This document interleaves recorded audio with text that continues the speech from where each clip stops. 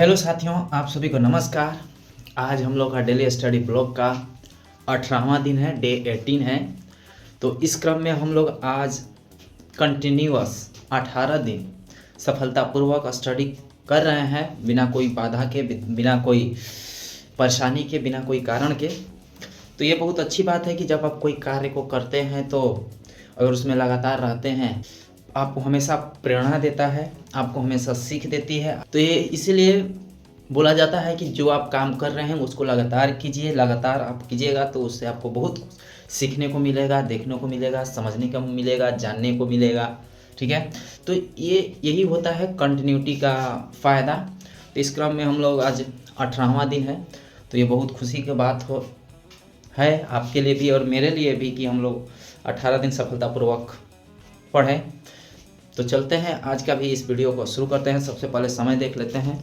तो देखिए समय हो गया है आप 8:45, मतलब 5 मिनट और समय बचा हुआ है। 5 मिनट के बाद हम लोग शुरू करते हैं। तो चलते हैं अब स्टडी को शुरू करने। जितना हम लोग पढ़े हुए थे उसी क्रम में आगे आज हम लोग पढ़ेंगे। तो आज हम लोग शुरू करेंगे पॉलिटी से। सबसे पहले पॉलिटी को देख लेंगे, पॉलिटी के हिस्से को देखेंगे कि क्या अभी उसमें बाकी रह गया है, क्योंकि मैं चाहता हूं कि हर एक पॉलिटी के हर एक हिस्से को, हर एक अनुच्छेद को अच्छी तरीके से याद रखूं और जो उसमें परेशानियां आ रही है उसको दोबारा देखूं, समझूं और उसको परेशानी को ख़त्म करने की कोशिश करूं। तो चलिए एक प्यारे से स्माइल के साथ, एक नए जोश के साथ इस वीडियो को शुरू करते हैं। आप भी हमारे साथ बने रहिए, आप भी पढ़िए, डेली 1 ही घंटा पढ़िए, लेकिन ज़रूर कुछ ना कुछ पढ़िए, क्योंकि आपके जीवन के बेहतरी के लिए, सुधार के लिए बहुत ज़रूरी है। आइए तो इस वीडियो को शुरू करते हैं।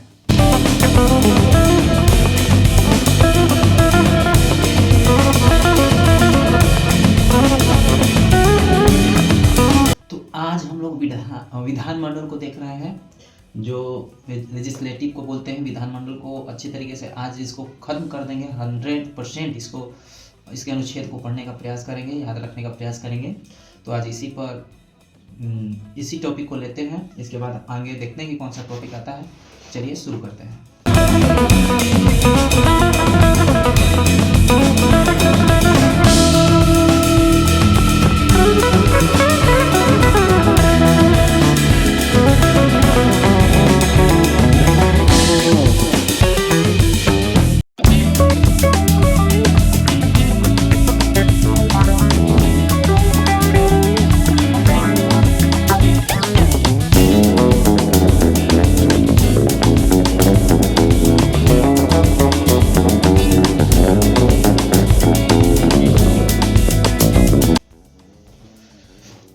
अभी हम लोगों ने विधानमंडल के बारे में देखा।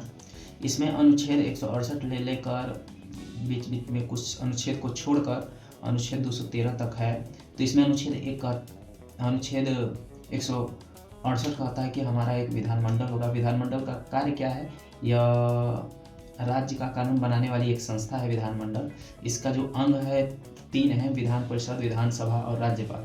ठीक है, और इसमें अनुच्छेद 169 कहता है विधान परिषद की सृजन की चर्चा की बात कहा गया है। अनुच्छेद 170 जो बोलता है ये में विधानसभा की सृजन की चर्चा कहा गया है। और 171 जो अनुच्छेद बोलता है विधान परिषद है, लेकिन वो क्या है, भंग नहीं किया जा सकता। और यही जो विधान परिषद है ये उच्च सदन बोलते हैं, अप्रत्यक्ष सदन बोलते हैं। और इसी क्रम में आता है अनुच्छेद 172, ये बोलता है जो 2 सदन है, विधानसभा, विधान परिषद, इनके सदनों की अवधि के बारे में बात करता है। और अनुच्छेद 173 जो है ये बोलता है विधानमंडल के सदस्यों की योग्यता के बारे में। ठीक है, और इसी क्रम में आ जाता है अनुच्छेद 178 जो विधानसभा के अध्यक्ष और उपाध्यक्ष की चर्चा करता है। और 182 जो अनुच्छेद आ जाता है विधान परिषद के सभापति और उपसभापति के बारे में चर्चा करता है। यहीं पर अनुच्छेद 202 जो होता है राज्य की बजट के बारे में बात करता है। और अनुच्छेद 213 है राज्यपाल का अध्यादेश की बात करता है। राज्यपाल का अध्यादेश अनुच्छेद 213 के तहत जारी करते हैं। तो ये रहा जो विधानमंडल था, हम लोगों ने कंप्लीट कर लिया है आज। अब इसी क्रम में अगला टॉपिक जो है उसको देखते हैं। बहुत ही अच्छा रहा। तो चलिए अगला टॉपिक को देखते हैं कि क्या क्या उसमें दिया गया है।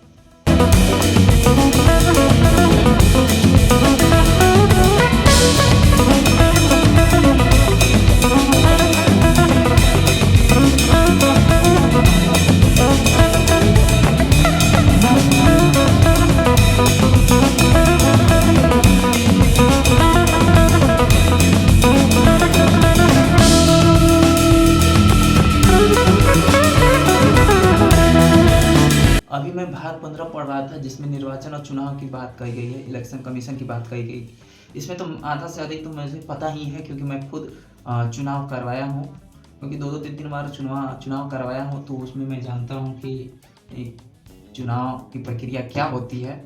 तो इसमें मुझे बहुत कुछ नहीं जानना है, बस इसमें हमको ये जानना है राष्ट्रीय पार्टी, क्षेत्रीय पार्टी बनने के लिए क्या योग्यता होती है, इस पर थोड़ा अच्छा से देख लेते हैं। इसके बाद 60-70% मुझे पता ही है।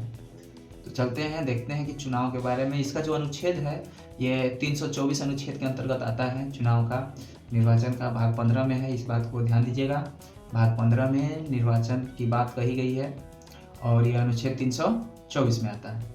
चलिए देखते हैं इसको।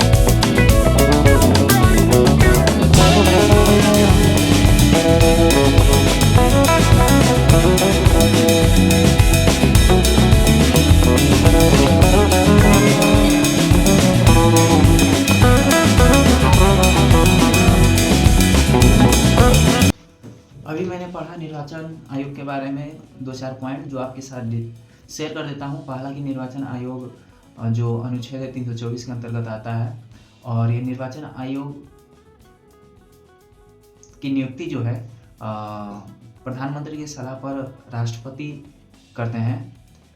पहले निर्वाचन आयुक्त थे वो थे सुकुमार सेन, और पहले ये जो निर्वाचन आयोग में सदस्य थे, एक सदस्य था, लेकिन तारकोंडे समिति की सिफारिश पर ये 3 सदस्य बनाया गया। अब तीनों का जो शक्तियाँ होती है समान होती है। इसी संशोधन के द्वारा ही जो वोट देने का अधिकार 21 वर्ष से घटाकर 18 वर्ष की गई।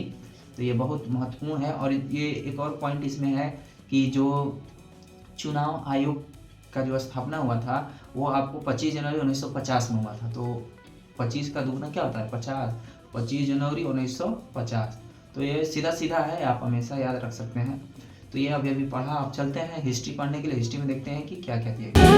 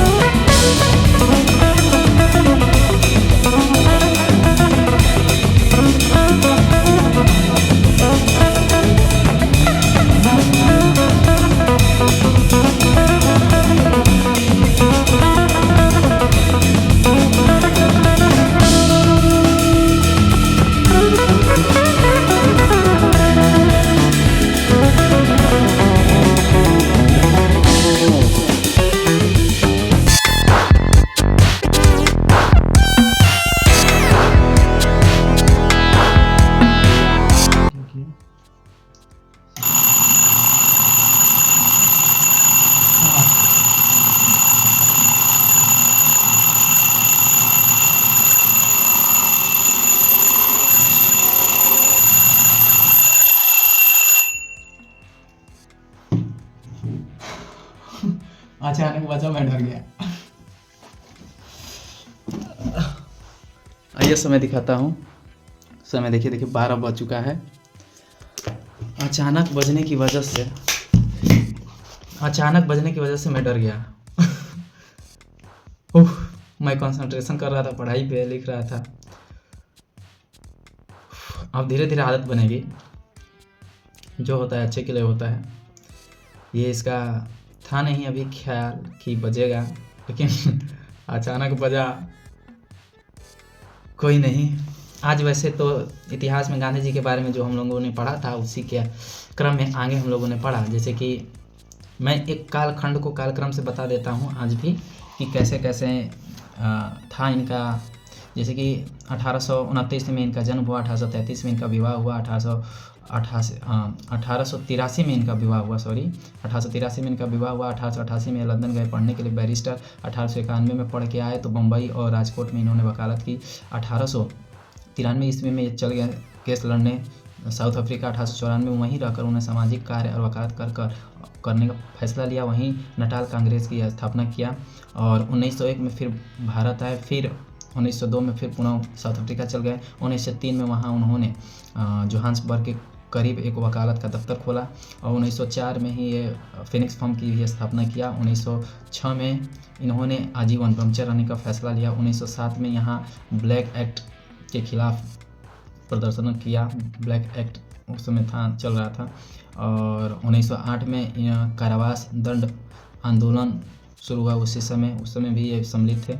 और 1909 में ये चले गए थे भारतीयों की तरफ से, भारतीयों का पक्ष रखने के लिए इंग्लैंड। वहाँ से लौटते समय साउथ अफ्रीका से जब नवंबर में लौट रहे थे साउथ अफ्रीका होते हुए, तो उन्होंने जहाज़ में बैठकर हिंद स्वराज पुस्तक लिखा। 1910 में फिर इन्होंने एक टालस्टॉय फर्म का स्थापना किया। 1913 में रंग भेद के विरुद्ध सत्याग्रह चलाया। तो इतना कालक्रम को मैंने आज पढ़ा गांधी जी के बारे में, बहुत मज़ा आया।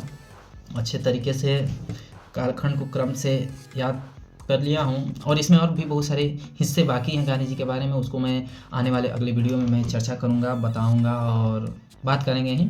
तो आज के लिए इतना ही। तो आप भी ऐसे ही पढ़ते रहिए, हंसते रहिए, मुस्कुराते रहिए। मिलते हैं अब नए वीडियो में, नए जोश के साथ, नई उम्मीद के साथ, नए उमंग के साथ और नए टॉपिक के साथ। तब तक के लिए आप सभी को गुड नाइट, शुभ रात्रि।